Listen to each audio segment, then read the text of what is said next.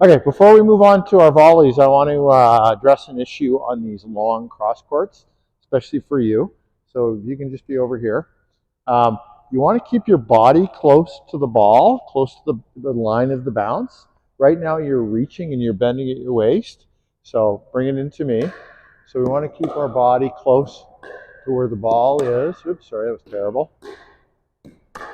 Right? So I don't want to be reaching and bending for these. I want to try and get it close to my trunk so that I'm not fully extending my arm. And the reason for that is just control and timing. And then on your backhand side, you're taking you're really good on your backhand side, but you're taking the ball way back here. You should probably be taking another 12 inches out front. So you want to try and get this foot around the line of the bounce, right? So that it's with the line of the bounce is coming somewhere between your two heels, right? And take it a little further out front, right? Because if you don't, everything relies on your timing alone. So if your timing is off by even a little bit, and the ball is 3 inches deeper than you thought, you're going to end up pushing it away. Whereas if you step out wide, oops, sorry, step out wide and take it out here, you have more room for error on your timing. Okay. Now, I know you have knee issues, so you figured all of this out. The only thing that I notice on your side is you're sometimes lifting one foot off the ground, right? So you just got to. Performance issues too. Yeah, I'm just getting that worked out, but yeah, it hurts when I bend over. Yeah. So, but your footwork is good, and it's because you've been adapting around your knee for the last year. So that's good. Just try and keep both feet on the ground. All right, let's do the long volleys again. Do about, or sorry, excuse me. Let's do the long diagonal dinks again. Do about 20 on each side.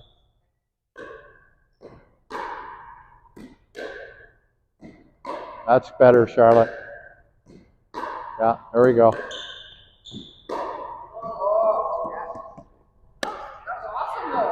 Yep.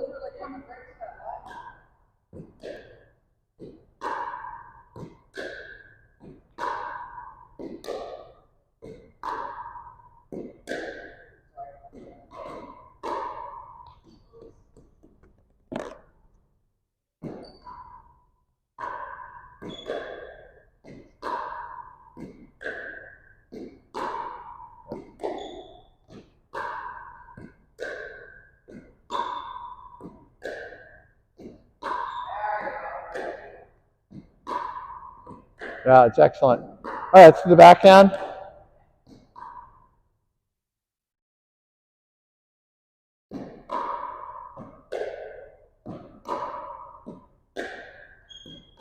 Yeah, that's better.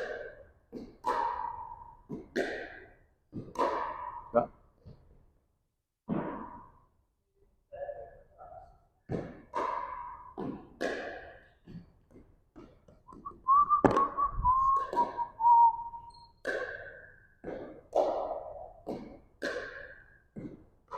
Oops.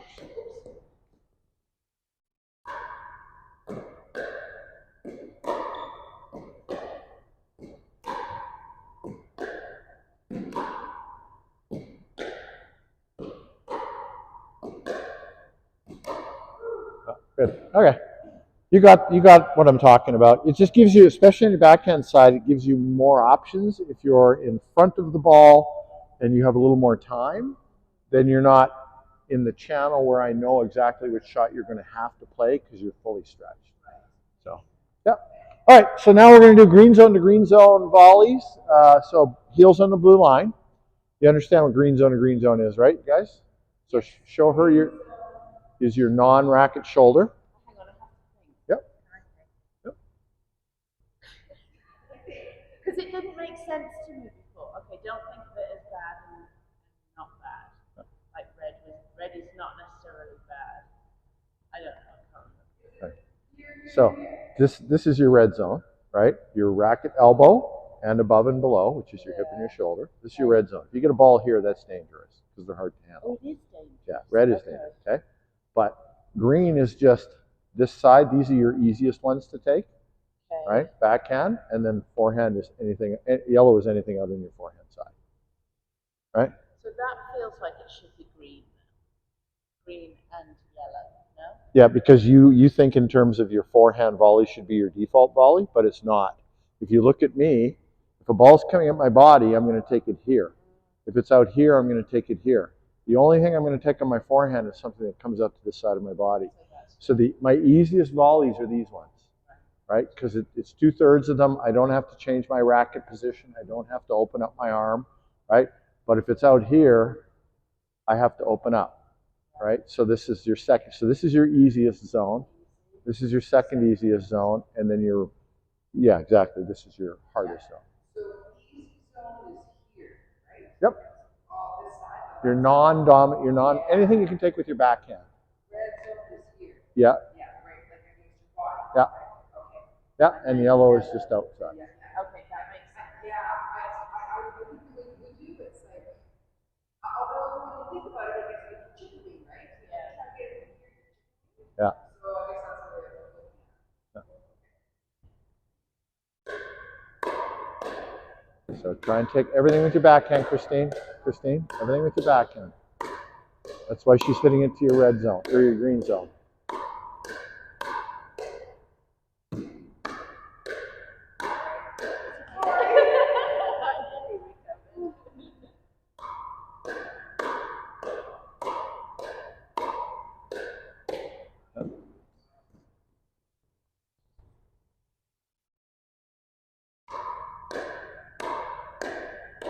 And a little harder. A little harder. Yeah.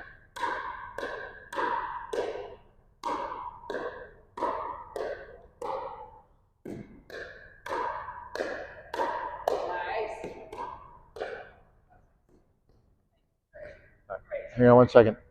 Adjust your grip. There we go. Yeah, there we go. Yeah. Exactly. I know before I myself halfway through a game, I find my keeping up, right?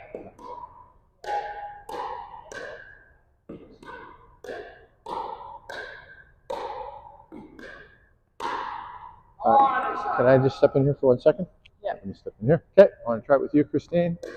All right, so I'm trying to drive it just a little bit harder so we can be. Want to do these crisply? Crisply.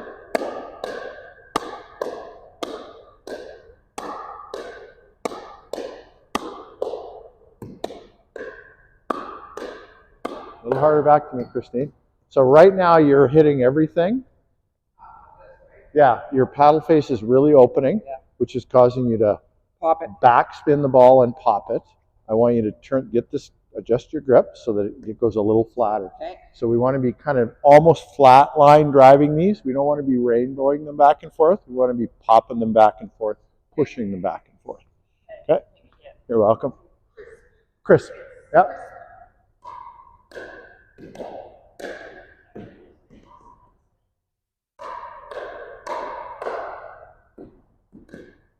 Not my favorite drill.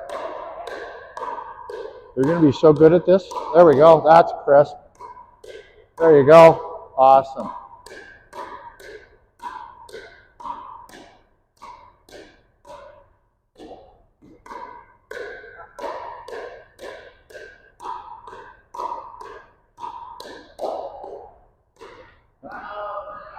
All right, that's good. Now I'm going to give you another. This is really important. Right now you're hitting most of your shots with your elbow above your racket.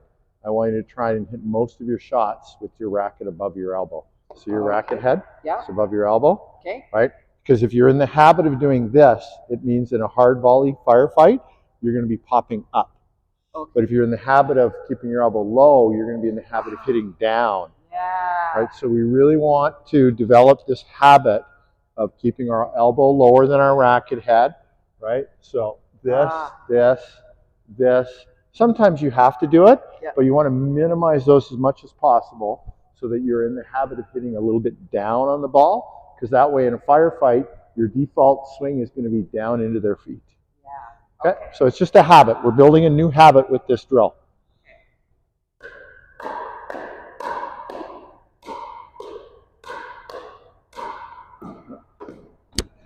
And then for you, in new habit for you is these high balls, rather than taking them up here like this, try and take them up again so that you can keep your racket head above your elbow.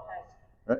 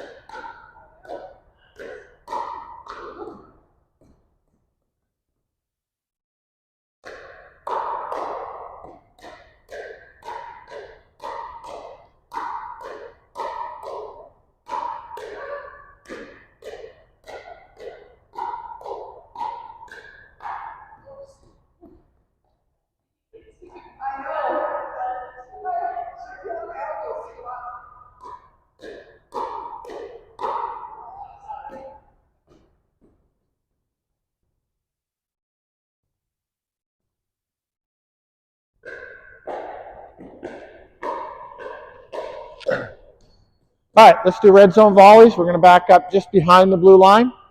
Charlotte, you're going to be aiming at Christine's red zone, which is her, always think of her weakest spot on the volley. If you're ever going to attack her body, you're going to attack her racket elbow. Right? If you miss high, it's going to be shoulder. If you miss low, it's going to be hip. Right? But you always aim right at the person's elbow, especially if you're driving a hard ball. Right? So you're practicing defending. So you're going to stay right behind your blue line. You know, right behind the blue line. Yeah.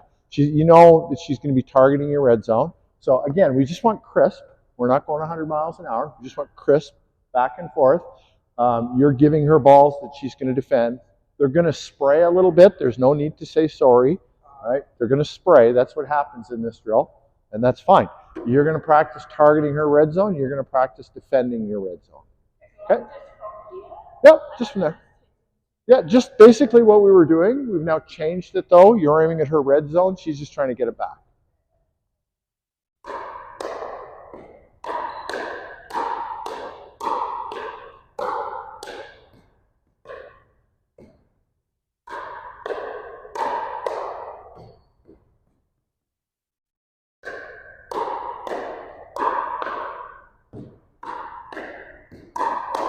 Good.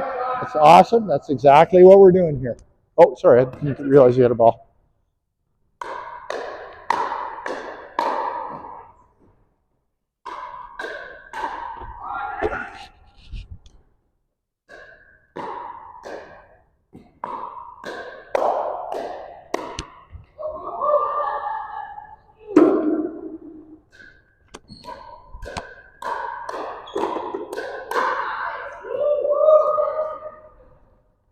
There you go.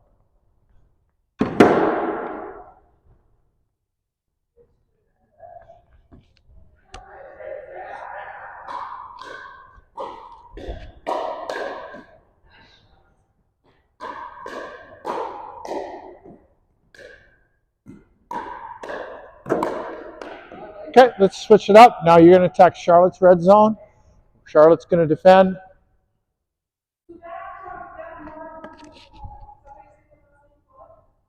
Yeah, Mark Pollock tournament, yeah. Did she pass away? Yeah, last year, like in the fall. Oh, yeah. I didn't even know that. Yeah.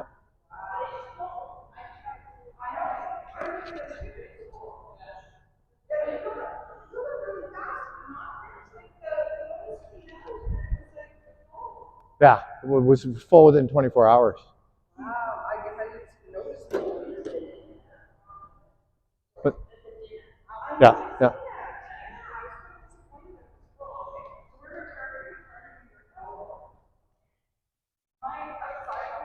Yep, outside the blue line.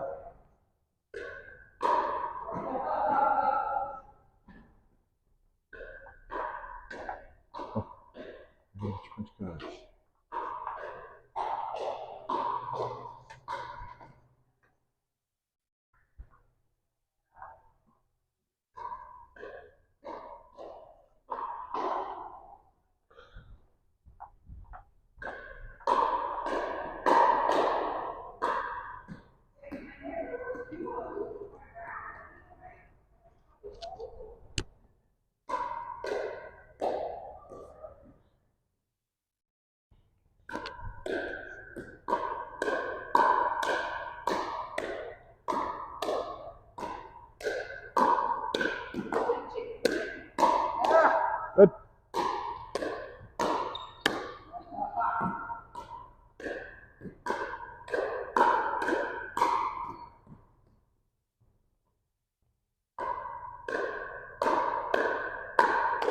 Good. Okay, that's awesome.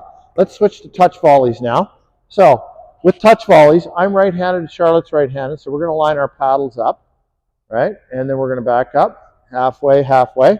So the whole point of touch volleys is to keep your elbow out in front of your body, out in front of your rib cage, and just gentle touches back and forth. I'm aiming for her racket. She's aiming for my racket. Oops, all right. And we're trying not to move our rackets too quickly, right? So in a firefight, the minute you start slashing and jabbing and poking and slicing and cutting, that's when you start to lose control. That's when you start to pop. So we're learning to keep our racket out front, near the ball, and move it very slowly and be able to hit to our target. Yeah, that's all right. That was good. Oh, hang on. So you want to turn a little bit inside towards me. There we go. That's going to be better right there. All right. Oops, sorry, I pushed you back too far. So I'm trying not to push her elbow back. I'm trying to hit the ball out where she can get it. Just nice and easy. A little lower. Keep it to the window. Yeah. Okay, so that's what we're trying to do. And then that'll transition into our next thing that we're going to do. Yeah. Yeah, you want to be a little bit open towards each other. That's good. That's right. That's good right there. So you're a little too close, Christine. Back. There you go. That's better.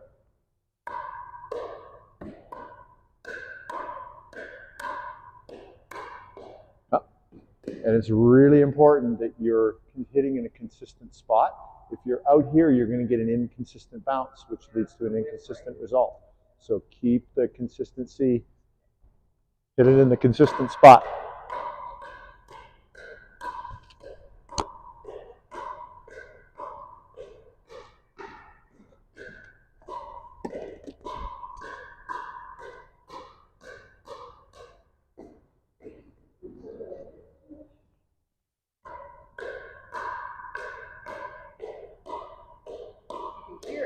Yep.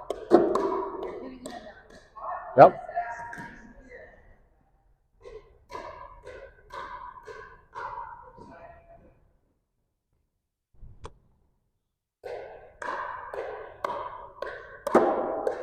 So when you get that close, does it not bounce very much? Is that the reason why you want to get close to the handle? Like why?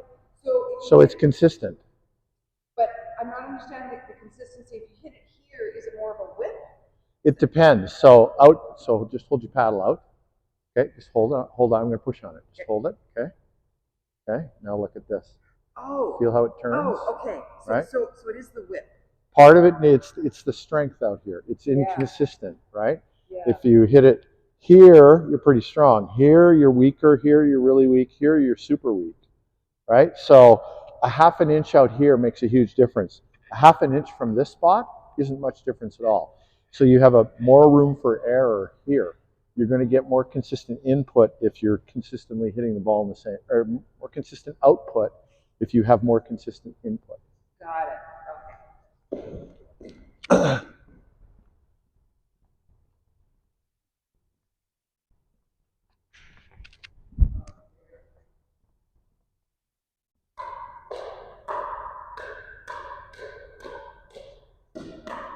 Yeah, so just a little less paddle movement, Charlotte, a little slower. Keep your paddles a little closer to the ball and move it just a little bit slower, a little less movement. Okay? Yeah.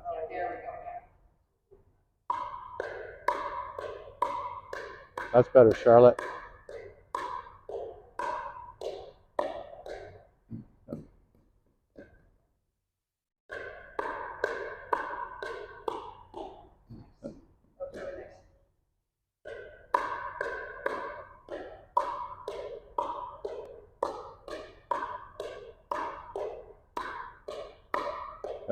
Pause 1 second. You're doing great, but your arm is fully extended. Yeah, I want you to get your elbow in a little closer. Okay? So it should be out in front of your body, but it shouldn't be fully stretched. Yeah. Okay? Just step in a little closer. Yeah.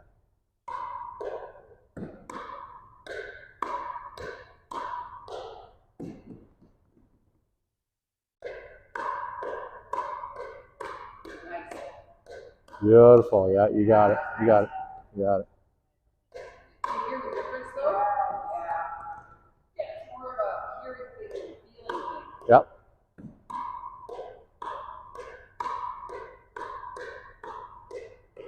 Nice. It's the sound. I like to call. I like to think of it as the sound of confident volleying. When two players that you've never met before are volleying somewhere near you on a court, and you're listening to them volley, you know without looking at them whether or not they're good volleyers. Because the confident volleyers are making the same sound 9 out of 10 times, right? So, yeah. Yeah, because out here, it's kind of almost like Yep. Okay, so you guys got that. Now let me show you how that transitions into the next thing. So Charlotte, you can be at the blue line there. And put Charlotte at the blue line. Okay, you're just going to feed balls into my feet. Give me stuff to volley. You're just going to feed me stuff to volley. Oh, it's a little harder. There we are. Right? So what we were just working on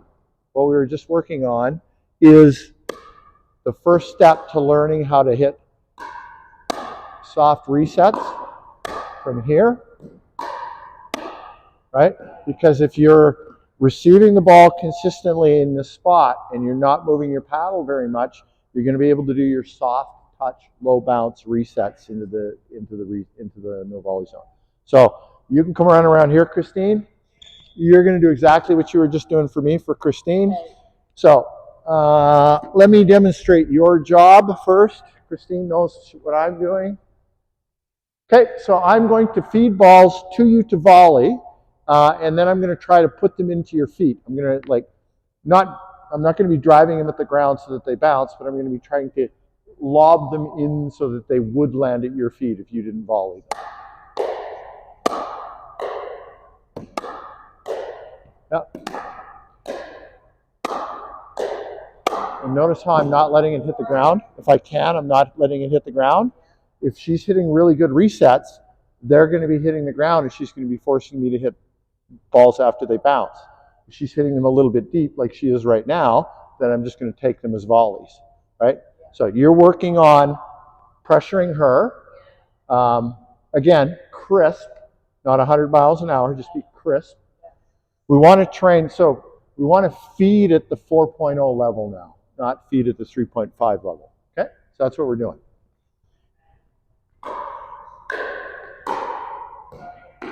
There we go, that's a good one.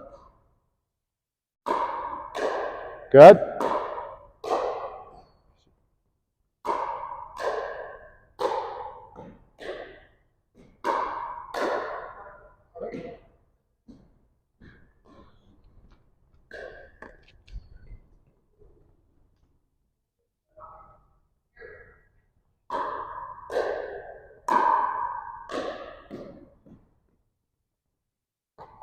So you know you're trying to put them in the kitchen, right? Put them on the ground in the kitchen? Okay. Just wasn't sure if you knew that. Yeah. Yeah.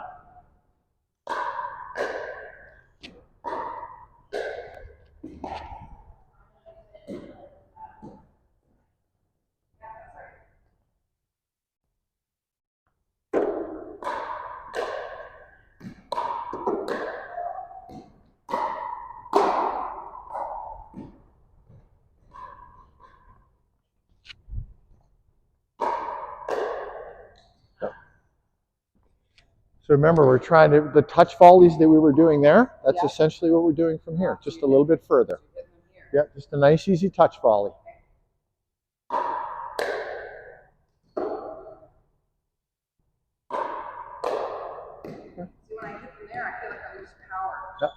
because you're hitting them too high.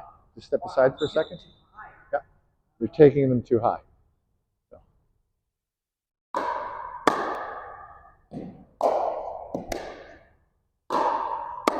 Oh, it was a little high.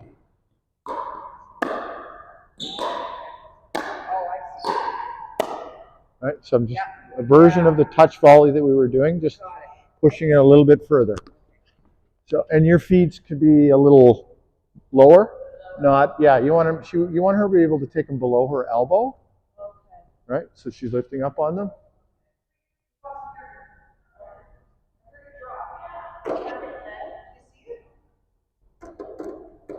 Probably bounced into your shoe. Oh, there. You knocked your earring off.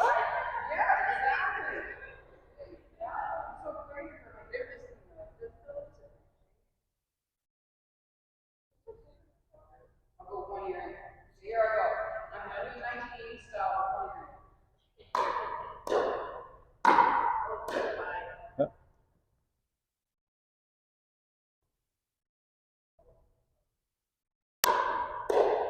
Okay, one more.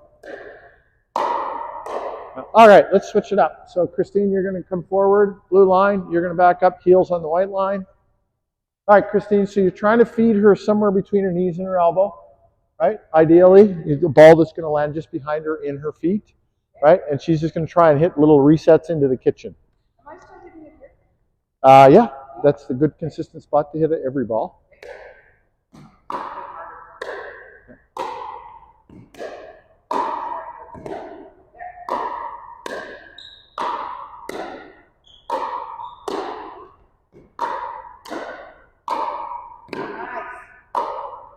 Yeah.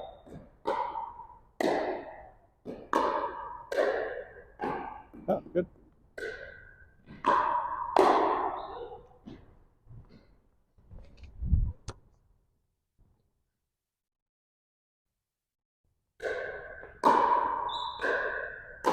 There we go.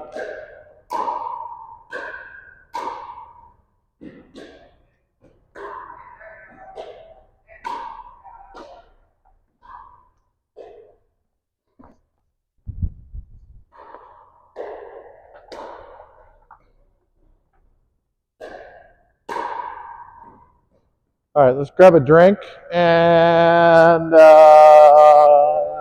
we'll get on with our class. What's that?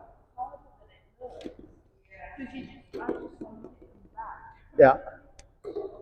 Well, one of the things that I notice when you play competitively is you don't do very many resets. No. So that's an area where we can work on with you, especially you and Neil. It's all about the drama, right? It's all about the big strokes and You want to hit hard and finish everything and hit winners.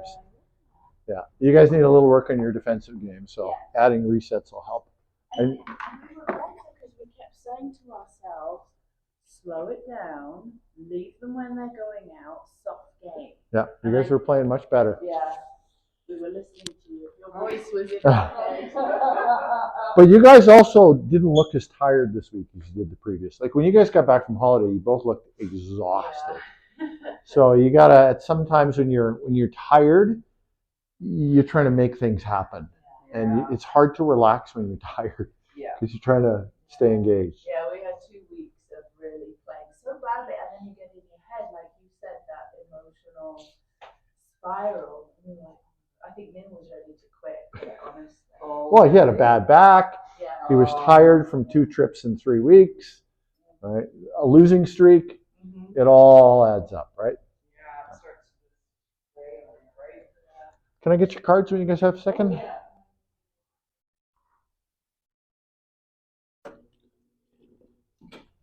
And when I punch these 6 a.m. classes, always remind me that they're one punch. What So happened Sue, here? I know that was Sue. You can blame her because she was trying to do that one and that one, but she did that one and that one. I know.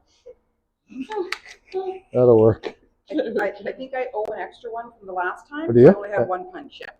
They didn't take it out of your card? Oh, I don't know. Oh, there would be a hole here if they did. Oh, okay.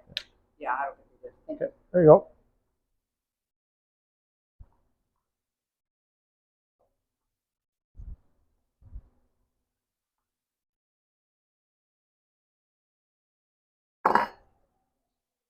No, I don't. I don't play with my shoe. I don't know. I want it.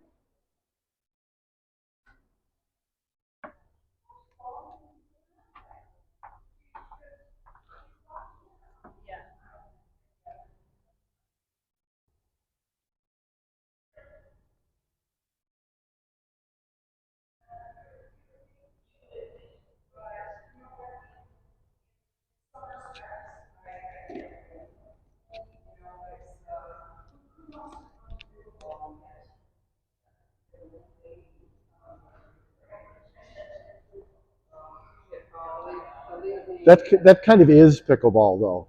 It You is come to kind pickleball of. and you got an old person telling you what to do. That is true. Yeah, that's true. But they've given her a lot of warnings. I'm surprised they haven't kicked her out. How old is she? She'll be 86 in Yeah, August. that's tough. It is tough. 86. And she was a competitive athlete her whole life. So, like, there's a guy named Joseph up at the center, the center. I think, do you know who he is? An older fellow. Anyway, he's been kicked out of a lot of stuff, but I haven't seen him there for about a month now, so I'm assuming he got kicked out because he's exactly like my mom. So it must be the dementia or something, maybe. All right. That's true. Yeah. So. I have my alarm set for 7. Okay. So one of the characteristics of 4.0 players is that they're able to do volley drive well. So we're going to work on volley drive. It's an important skill to have. We're going to work on it. We're not going to go to the baseline because it's a little difficult to do from back there. We're going to do it from here, right? So we're going to have one person at the net. Do I need to put spots down? I don't think I need to put spots down with you guys, right?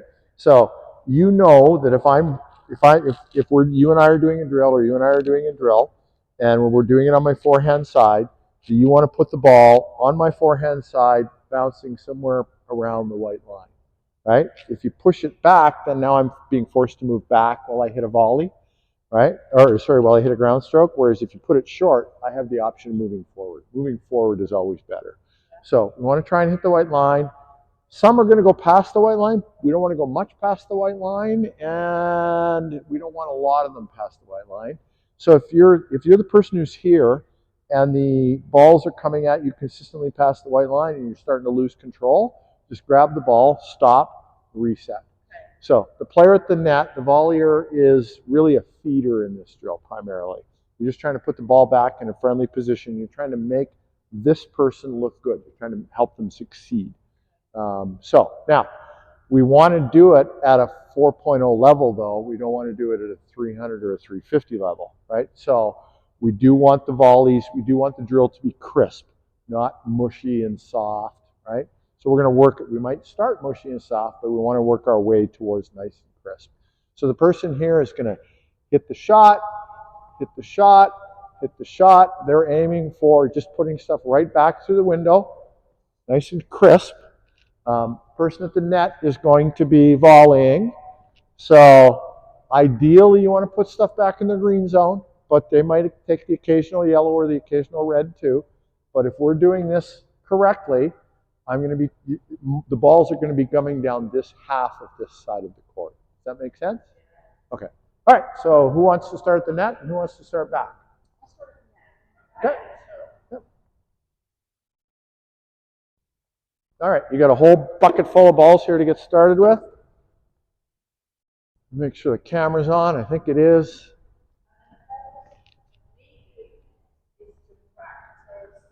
Low drives, just nice rhythm. You want to hit it through the window. You're just trying to create a rhythm. This is kind of like a dance, right? You're trying to make each other look good. So you're trying to give her a nice, crisp, low drives. You're working on your short drive stroke. Well, I guess we don't do a circle anymore, but you're trying to just hit your drives, get into a rhythm. White line depth, yep.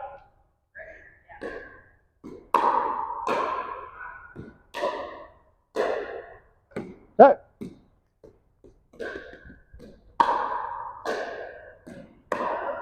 Yep.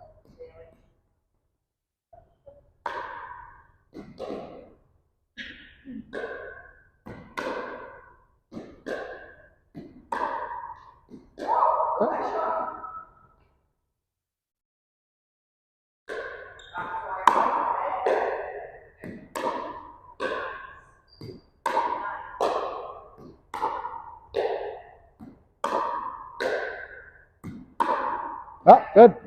Well done.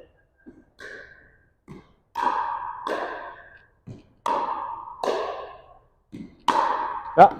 So you saw how that pushed her back and then she wasn't able to get a drive off? That would have been a good one for you to just catch and stop and reset.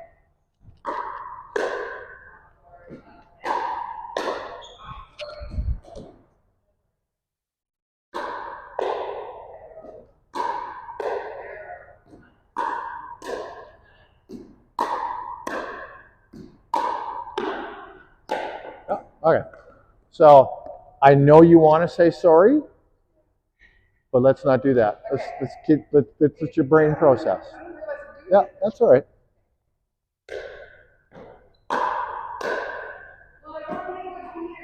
Yeah, you'll get there.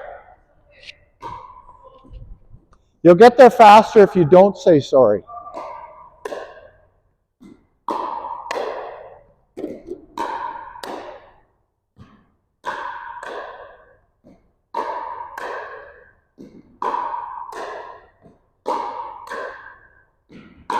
Oh, good stuff. Okay, so now rotate. So you're going to come forward. You're just going to back up. Yep. Same drill.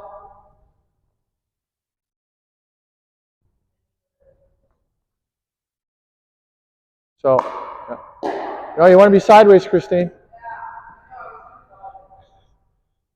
So now she's going to be landing them on the white line. So you want to be straddling this line. So you want to be sideways, straddle this line, 1 foot on each side, so that you can take your forehand.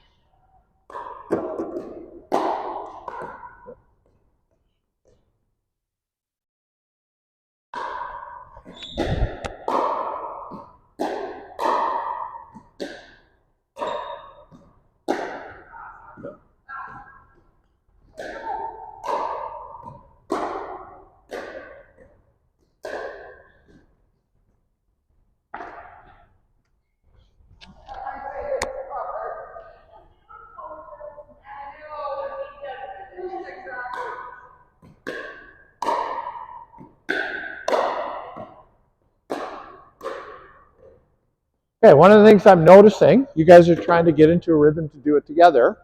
You're hitting your shots at inconsistent speeds. So one time you'll hit it hard, the next time you'll hit it soft. So try and give what you're getting, right? So whatever pace you're getting, try and give that pace. Listen to the sounds, pay attention to the speed of the ball. It's if you have one partner dancing fast and the other partner dancing slow, you can't really get into a rhythm. So it's really important you try to pay attention to the rhythm of the drill so that you're matching the speeds.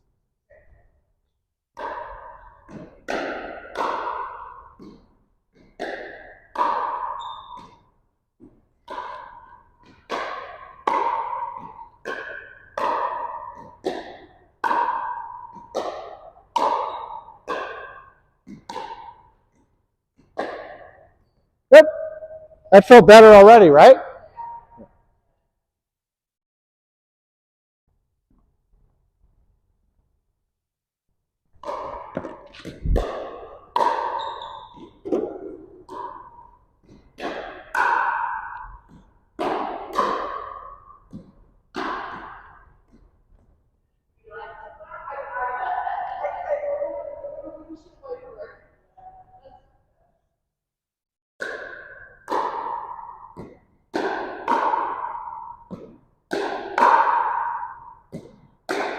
Yeah. So you can windshield wiper it, but windshield wiper it at 30% slower speed.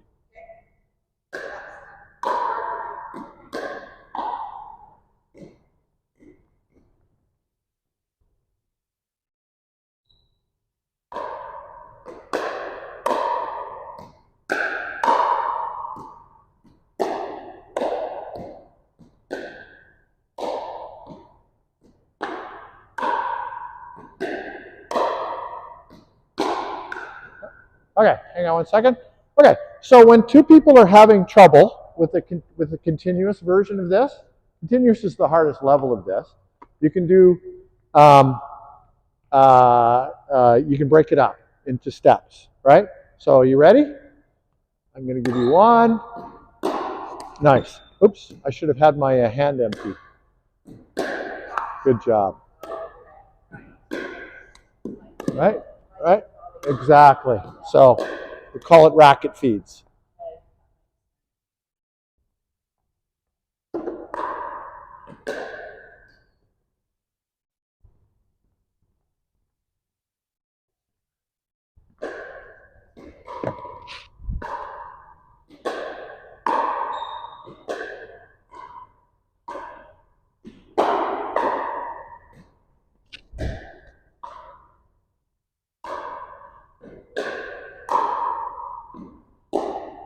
Yeah. Good job.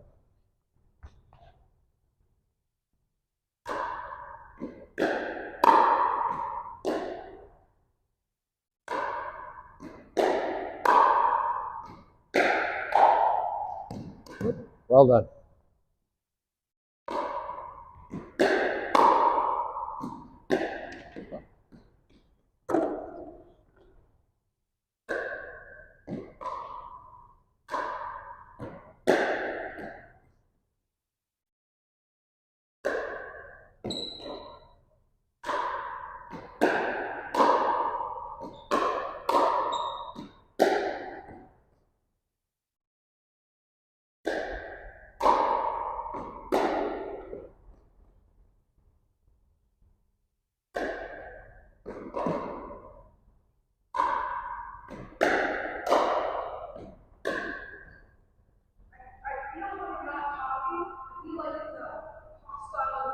Oh yeah? Well then talk away.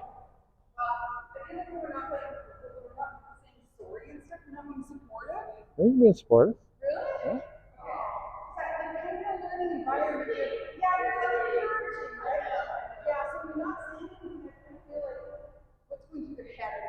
Okay, then you can say good feed. Like, give her feedback. If she gives you a feed that you like, say that was a good one. I like that. Right? And same with you. You can give each other positive feedback. But what I don't want is when you make a mistake, I don't want you to say I'm sorry. I want your brain to process that so that you can get better faster. That's all. Yeah, you can still talk, but.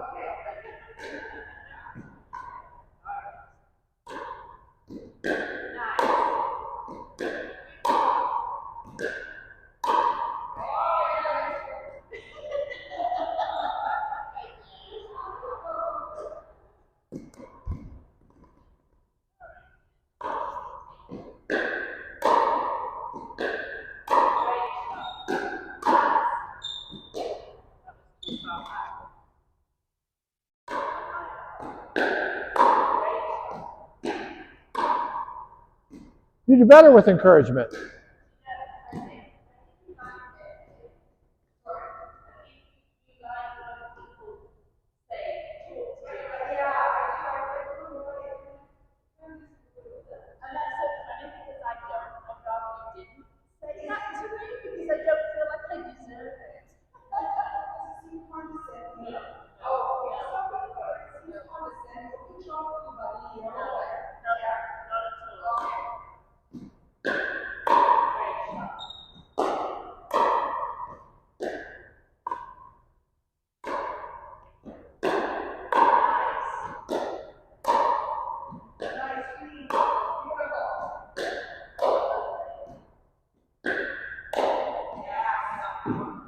Good work.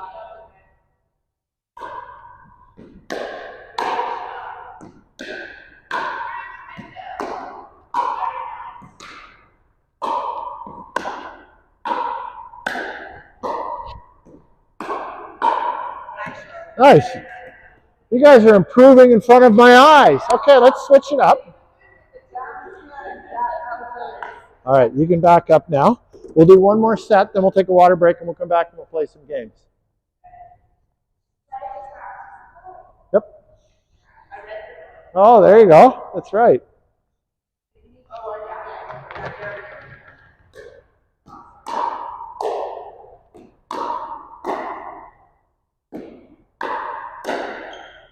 All right, good job. Stop and reset.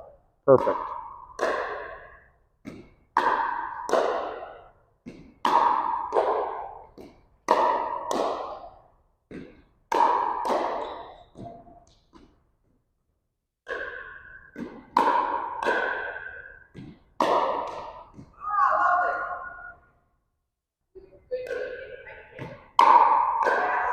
That's a good one.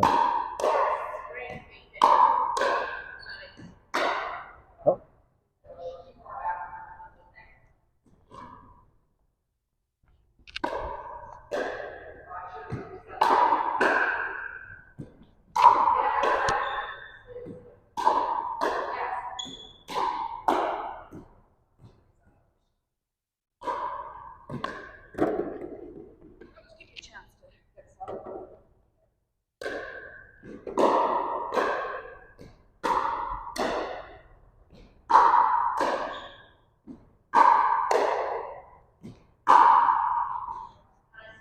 All right, we're going to try now to get to 4 consecutive shots. Right? So the serve, 4 consecutive drives back to over the net and to this person. Okay, we're going to try and do a sequence of 4. Well, if she hits it back, it'll count as 1. 1. Okay, try again. 1, 2, 3, 4. Keep going. 5, 6, 7, 8, 7. We got to 7. Well done. Okay, now you're going to back up. We're going to try and beat 7 now.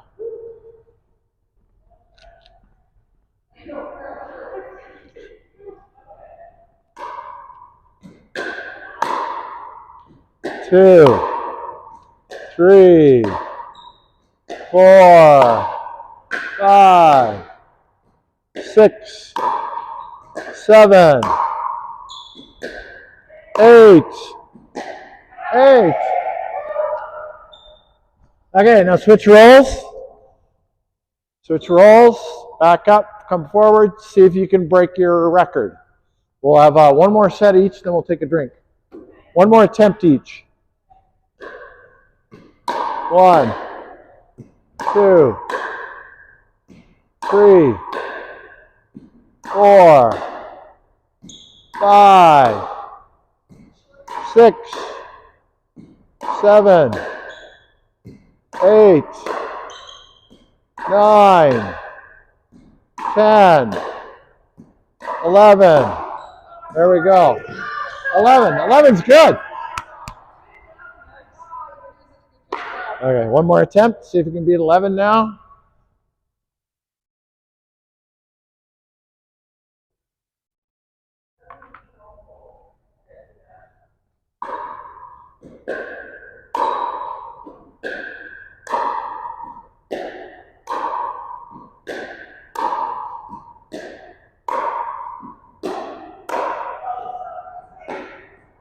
Awesome. What did you get to? 7? Oh, okay. Good. Let's have a water break and a little chat, and then we'll come back and play again. Yes, we can do it. You're Yeah. right. We need that stress. Gives you a little focus. Yeah, that's exactly it. Yeah. Yeah, so if I'm doing, I'm just like, yeah, I'll get it, but when it means something, I'm there. Yeah. So when we do before the counting, when it's non-competitive or there's no counting element, you're just really focusing on your technique and being in control. But once we start counting, then the ball starts to spray, and you're just trying to keep the rally alive regardless, right? So you got to do it both ways. They're both important, but they both do different things. Got it. So. I've been trying to do those new serves, and I just can't. It's okay. No, can't find the time to practice, or can't find the, like when we're playing, like this morning at 9, I want to practice it then. Why not? Well, I should do. But Yeah. I'm specifically going to work on a topspin lob serve I've been working on. So I the last 3 weeks I've come out and I've worked on it at least twice a week for the last 3 weeks, and I can do it in practice alone by myself quite easily. Right. But I try and do it in a game, and it's not working in a game. And on Saturday I played 305 with Margaret as my partner, and I tried it even though Duper was involved and all that stuff. I don't care. I tried it. and it did not work out at all. We lost. We won every game except by huge margins, except for against Belinda and Aisha. I saw those because I was looking at their dupers and I was like, what the heck? Yeah. Well, part of it was the new serves I was trying. So, but I'm not, as long as my duper's above 3.5, Yeah. I've done everything I need with my duper because I can get into the 3.5 groups. I've got a screenshot of over 4.0, right? So I can get into the 4.0. I can do whatever I need. So my duper does not matter to me anymore. Yeah, So. it doesn't matter to me either, just as long as you're right. Just as long as it's over 3.5, Yeah. then you're good. Yeah. I got there on Saturday, Christine. I got over 3.5. Did you? Good for you. I took a screenshot of it. Excellent. Yeah. Oh, the stress of being at 3.1. Well, I know. When like Margaret and Belinda are 3.8, I was like, well, Belinda's now has 51 games played, and she's at 4.1 or something. She's a really good player. Yeah, just a ridiculously high duper. So anyway, duper goes up, duper goes down. So I went into Saturday with 4.007, and we won every game 11-3 or better, except for the 2 games that we lost against Belinda and Aisha, and one was 11-4, one was 11-5, and my duper went from 4.007 to 3.745 or something. So lost 2 games, by not a huge amount, but we lost 2 games, convincing losses, and my duper went way down. Even though we won a bunch of games 11-1, 11-2, 11-3, my duper went up 0.001 in those games. So whatever. I get frustrated every time I do it. Yeah. I don't worry about it. It goes up, it goes down. Duper is its own thing. You have 2 bad games, suddenly you're 3.7. You have 2 good games, suddenly you're 4.0. Doesn't really matter.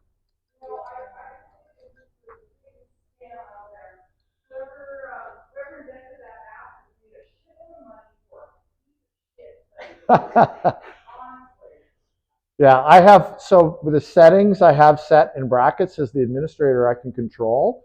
And I've set it so that your bracket score can't go wildly up or wildly down just from one bad week, right? So there's a maximum you can decline, a maximum that you can go up. So it'll be more stable. I haven't looked at the brackets. Okay.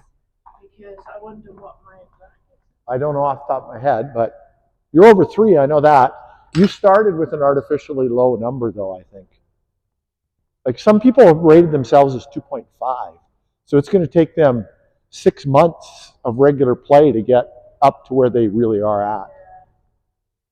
Okay, we're going to play a version of skinny singles here.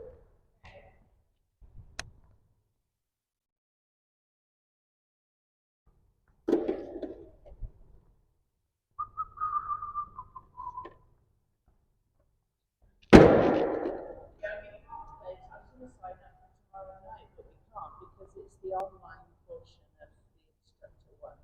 Oh, okay. Yeah. But the reason why I'm pissed off at duper is because they control it. And this is.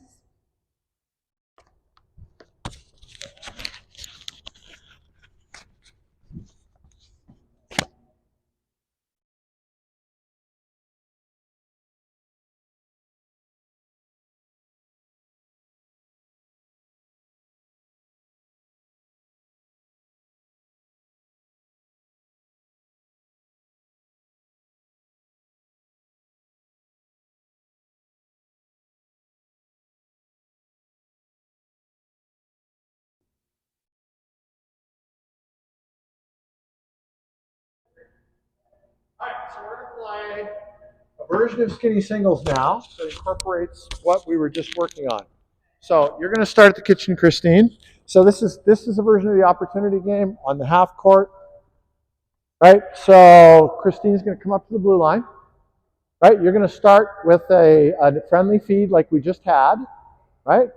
And I'm going to hit a drive, and then we're going to play it out. There you go. You would win that one. Right? And because you won, you would stay at the net, and I would start back here again. To win, I have to play out the point and beat you. If I beat you, then I move up to here, you back up, and I become the net person. Okay, so you're going to start.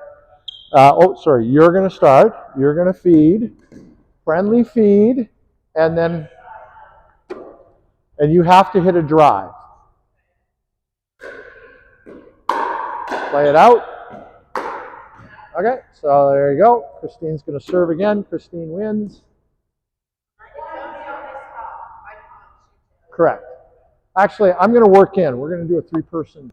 So if we'll start over. If you win, you take her place. If you lose, you and I switch.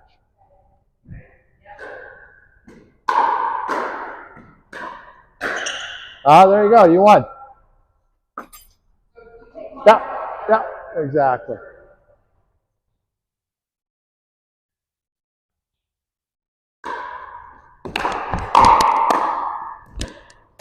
Oh, wrong side of the court.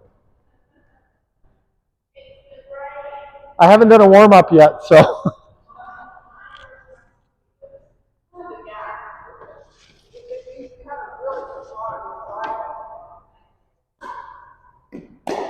Oh. Oops.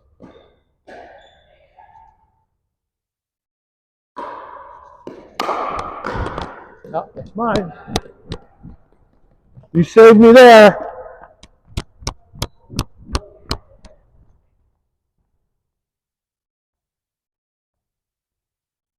You saved me there. Oops. You're in. Or you're in there. She's over here. You're here. You won. We're going to get our steps in, too.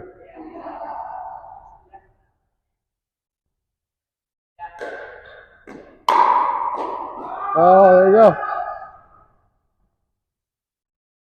We got lots of balls here. They can spray.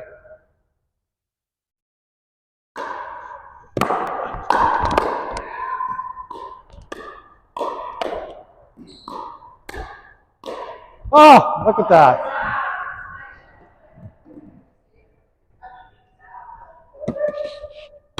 Nope. No, you saved me. Two of mine were out, but you got to remember that there's an imaginary line there in the kitchen. So.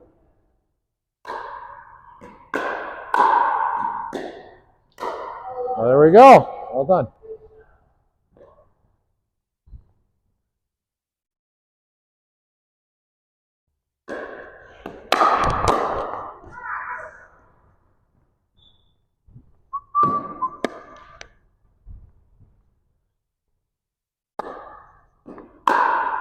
Ah, come on, Brent.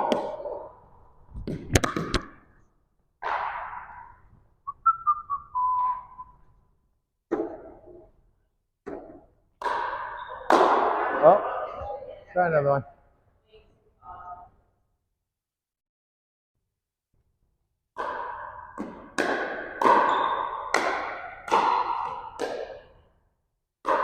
Oh, look at that.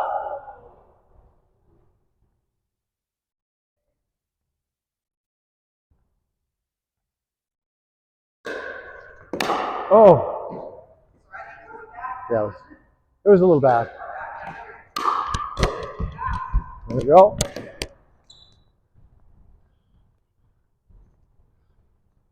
So say the feeds can't go past the white line. Oh! Okay, gotta try and keep my blocks in.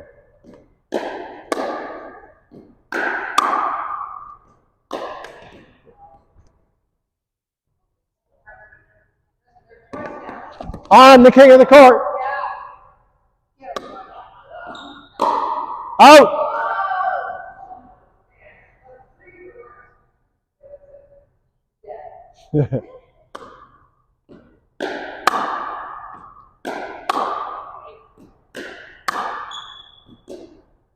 Oh, 4 for Brent. He's not quite dead. He's just old and senile. He's not dead.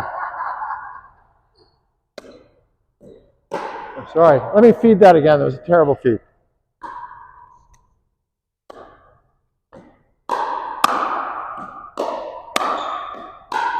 Oh, almost touched that one. Oh.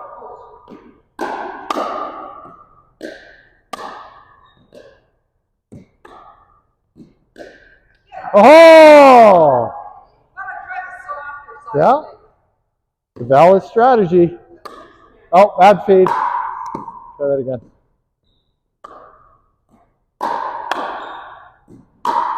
Oof. But who's counting? But who's counting?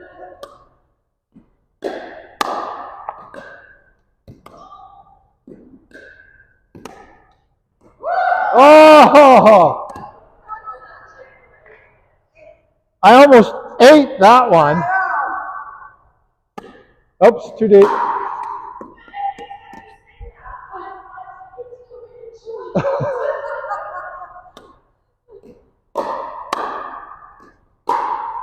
Oh!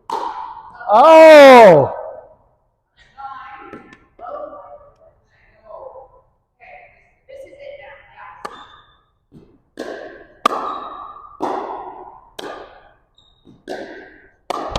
Ouch! Long live the queen. Bent my nail.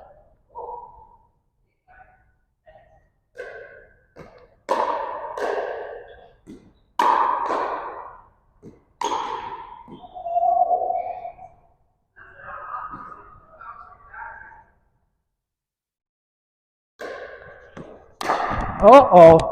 That didn't work. It's okay. Yep. Two's good. For you, it's spectacular. No, I'm just kidding.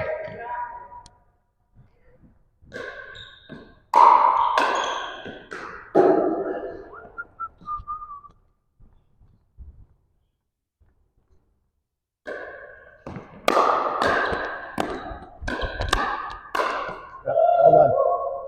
I could not get control of that.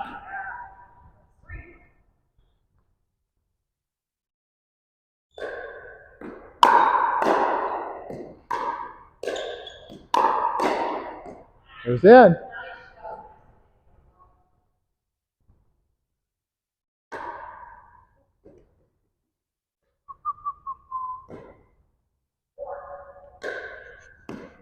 Oh! Oh! Save me! Oh, I guess I'm going to the top.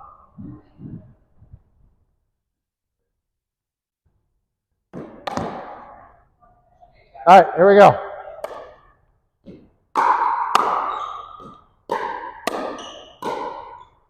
Out!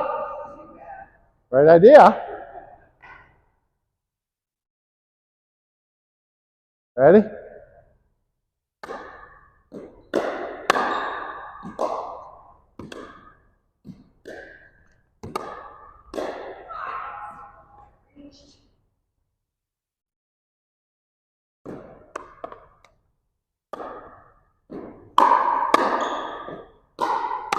Oh, nice job. I should let that go. I think it was going out. This drill gives you insight to how you're lifting the ball, eh? Too deep. Play it again. It was too deep. It was past the white line.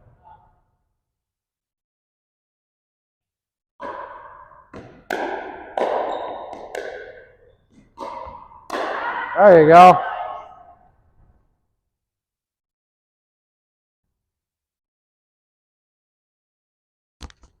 Oh, yeah. Oops, you're in, Charlotte. Huh? Yeah, I was ready. It was just a terrible shot. You're still queen. Yeah. Charlotte's over here now.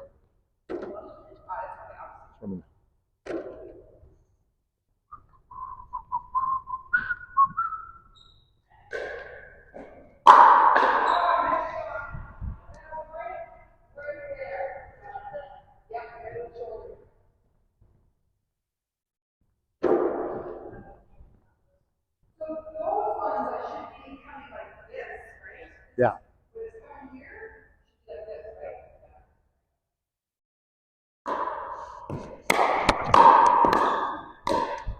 Oh, nice shot. Well done.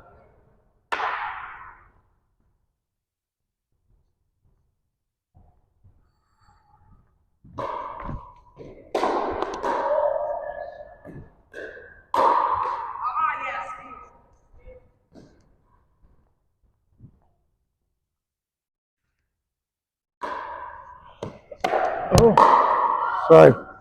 That was terrible. It was a terrible drive.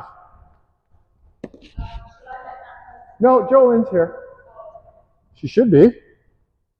7:15. Oh, that's my next class. I forgot. I'll get it. You guys go. Keep playing.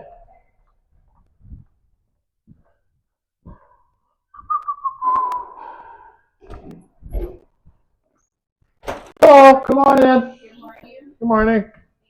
You're welcome. Yeah.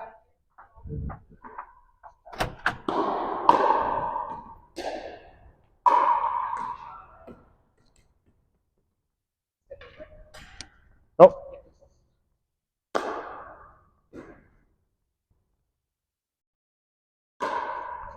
Oh.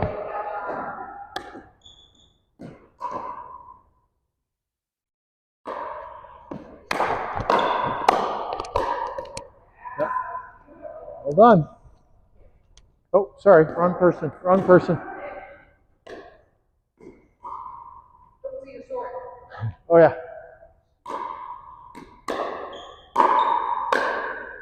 Just out. Really good sequence, though.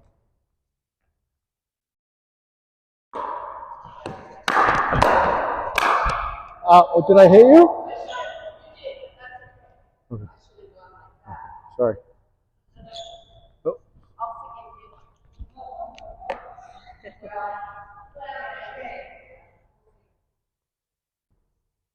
Oh, too deep.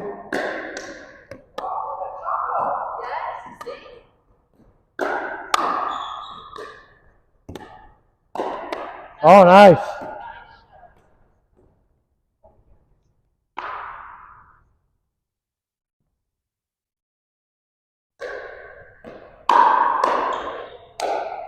Okay, you guys keep playing. Just keep playing. Do the forward back thing. I'm going to get ready for my next lesson.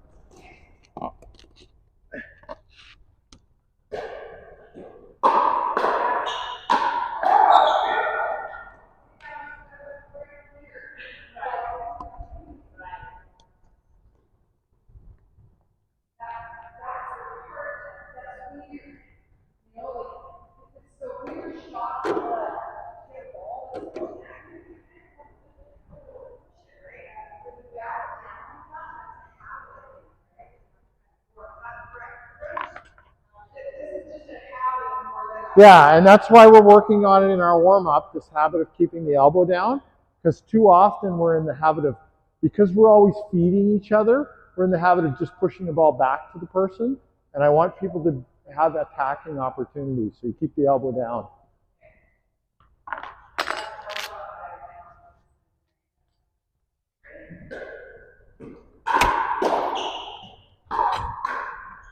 Just throw your cards up on the bookshelf when you're ready. Hi, Bonnie. And she said that in the office where I pay for my invoices Okay. and that you could get them. Yeah, I'll grab your card. No worries. Hi, Bonnie. Do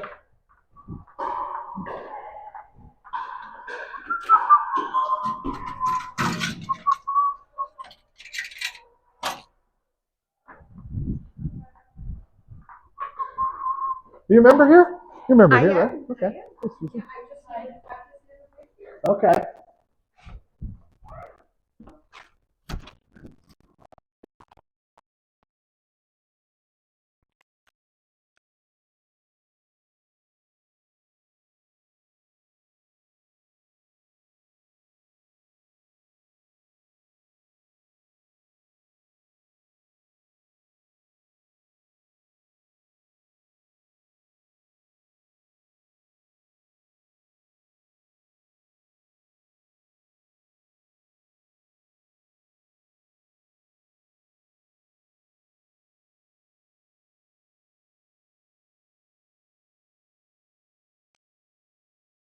Here's your card.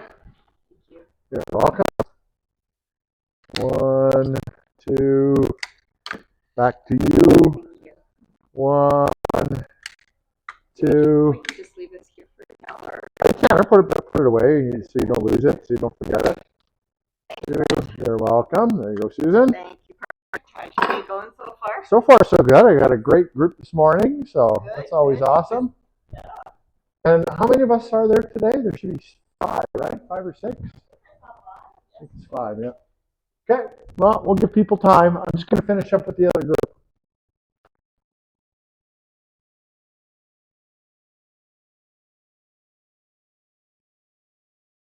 If you don't mind, on the other side, it's laid out for you. Should be easy.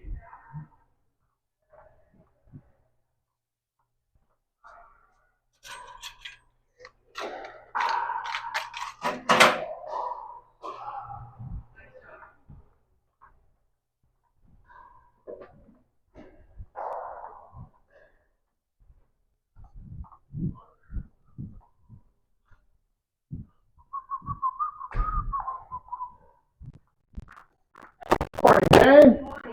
How are you today? I'm good. How are you? I'm well, thank you.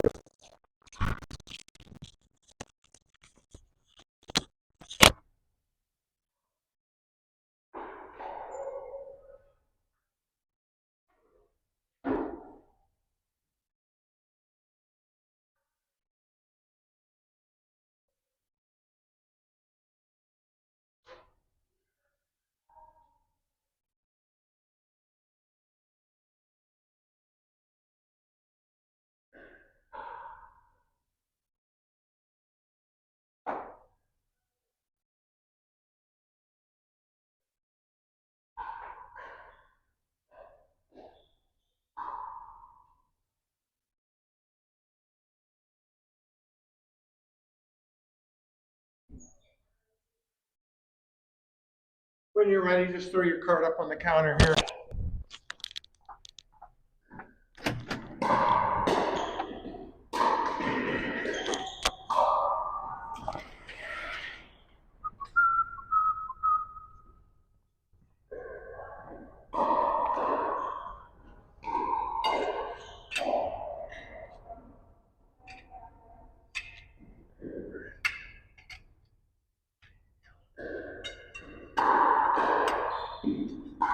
Oops.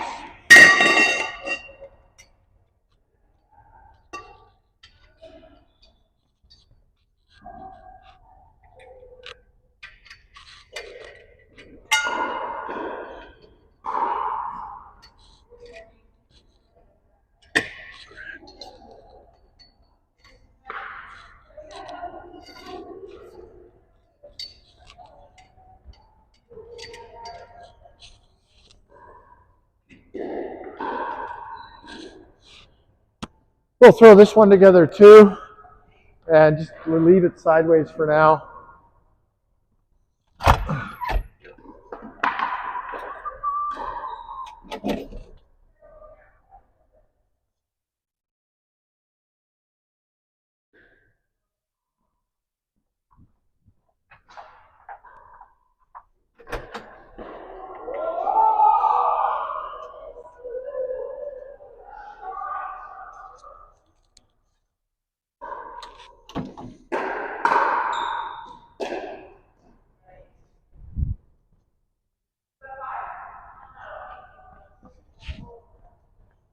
How you guys doing?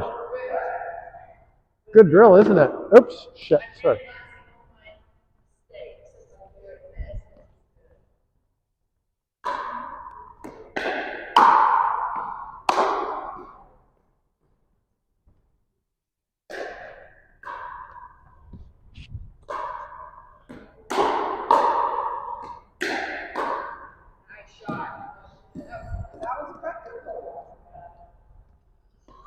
So one habit I'd like to see you develop on your forehand is racket first before you move your arm.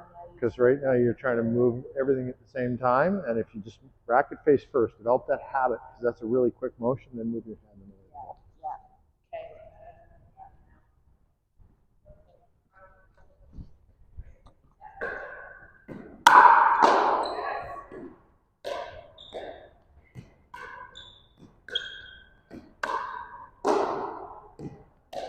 Oh.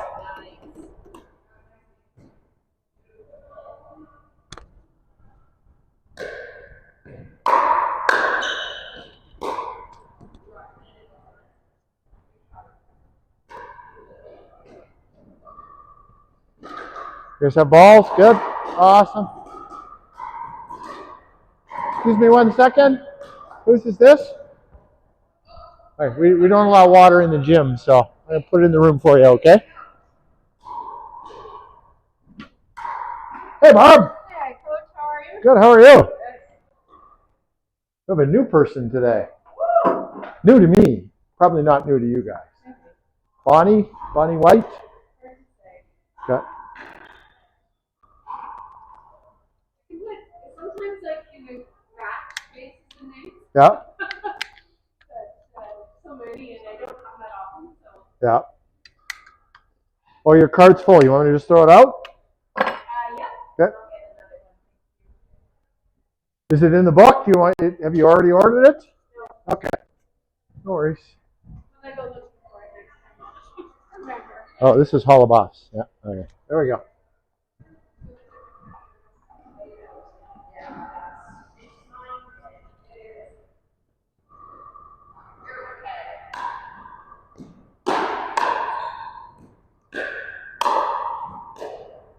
Awesome. Okay, come on in. Let's talk about this. So today we worked on our volley drive, which is one of they call it a distinguishing feature of the 4.0 player, right? So at the 3.0 level, the 3.0 player, if they hit a drive to you at the net and you block it back to them, they're almost never going to get a second one over the net. By the time we get to the 3.5 level, they in a game situation, they can usually get 3, maybe 4 over the net, right? But unless the ball's coming back to them in a really consistent way, they're going to fall apart pretty quickly. Really? Yeah. By the time we get to 4.0, you should be able to do about 10 consecutively, right? Not under level 10 pressure, but under moderate pressure. Yeah. It's kind of hard to believe we were there. I know. You know what I mean? Like Yeah. it's like you can't get a volley back. Like, Yeah. Yeah. Don't you find that really weird? I do. Yeah. I'm gonna count it. Yeah, me too. So at the 3.0 level, one of the things that we teach our students is if you're blocking at the net, just block it back to them. Yeah. And when they hit the ball the second time, so I'm at the net, right? Somebody's just hit a low drive to me and I've blocked it back to them. I'm going to be ready for this ball to go out because 9 out of 10 of those balls are going to go out. They're either going to go into the net or they're going to go out of the court. Don't be so fast to put your racket in front of it because it's almost always going to go out that second ball. If it's in, block it back again because the next one will almost certainly be out because they can't do 3 in a row, right? So that's how you teach 3.0 players to be more effective when volleying at the net. They have this desire to block everything. They're not paying attention to the fact that the person that they're hitting to is probably just going to hit it out. And that's how you get into bad habits of going for stuff that's out. Yeah. I get it. So is this a silly question? I'm just trying to process that. So as a 3.0 player, you're taught to just block it Yeah. and get it back over the net. Don't worry, because eventually the volley will go out. Yeah. But now at the 4.0 level, with volleying it back, why? Why wouldn't we just wait? Why wouldn't we just block it and wait for the... Just because we're working on a drill right now. So a 4.0 player, I want to keep the 4.0 player to the back. If I try to do a short block, right, you're inviting them forward. Right. So we're doing this now because we're Keeping them back. the Yeah. And if we can get them into a situation where both of their feet are well behind the baseline and wide, right? They're in this position. That's the time you hit your short block, right? So, but it's context driven. That makes sense. I have to play. So when they're in this position, you want to drop it in front of the net because why Because they're 8 feet behind the baseline with their feet wide.